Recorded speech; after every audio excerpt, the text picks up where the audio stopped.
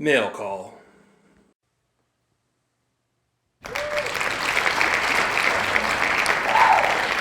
How's it going, guys? Cameron here, Canadian Gamer, coming at you with another video.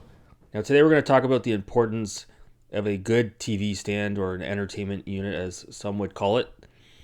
Now you'll see this TV stand in this photo here. I've had this TV stand for, gosh, I don't know how long. Since I had my apartment, so maybe 7 or 8 years now. And don't get me wrong, it served its purpose. If any of you out there have a TV stand similar to this, I'm not knocking you.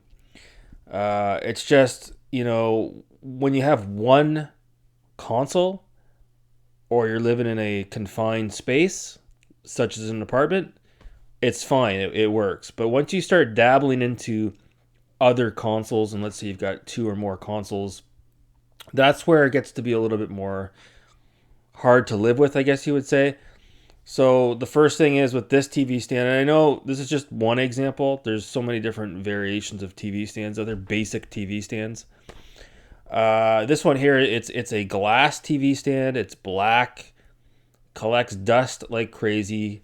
I've got a cat, so it collects cat hair.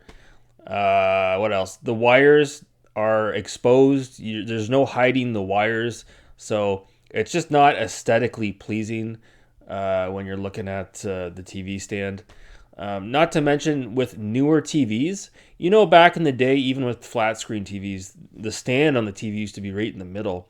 But now pretty much all TVs you buy at retail, they've got legs on them, and unfortunately, that doesn't bode well with a lot of TV stands, because back in the day you could get away with having a smaller TV stand such as this one, and you could fit a 55-inch TV on it. Well, you're looking at this here. This is a 55-inch TV I bought, 4K TV, maybe a year and a half ago, and it doesn't fit on the stand, so I had to make some makeshift legs, if you will, that extended past the back of the TV stand, just to ensure that the TV wouldn't fall.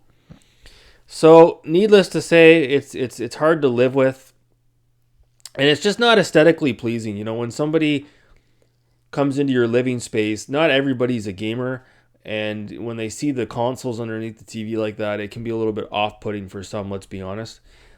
So I was able to today, finally, I updated my TV stand, and I'll show you guys in a minute what it looks like.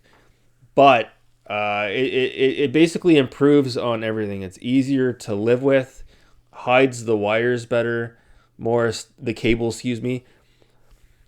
more aesthetically pleasing on the eyes, and I'm able to fit a number of consoles within the TV stand, within the entertainment unit, and it doesn't look obtrusive at all when someone walks into my living space. So yeah, like I said, if you've got a TV stand like this, it works well if you're a casual gamer and you've got one console. But once you start to get a couple of consoles on the go and you start collecting, this causes more stress than anything else. So without further ado, let me show you the new TV stand that I picked up earlier today. Alright, so now you can see the new setup. This is a lot more manageable, a lot more presentable. So basically, it took me about 2.5, just shy of 3 hours to build this cabinet. And these doors are magnetic, but I can't close them all the way because the PS3 power cable and the 360, it comes out a bit. So I leave it open, nothing wrong with that, let the consoles breathe. But as you can see here, I've got the PS3 that I recently picked up. I got my baby up here, the Cadillac, PS4 Pro, finally hooked up.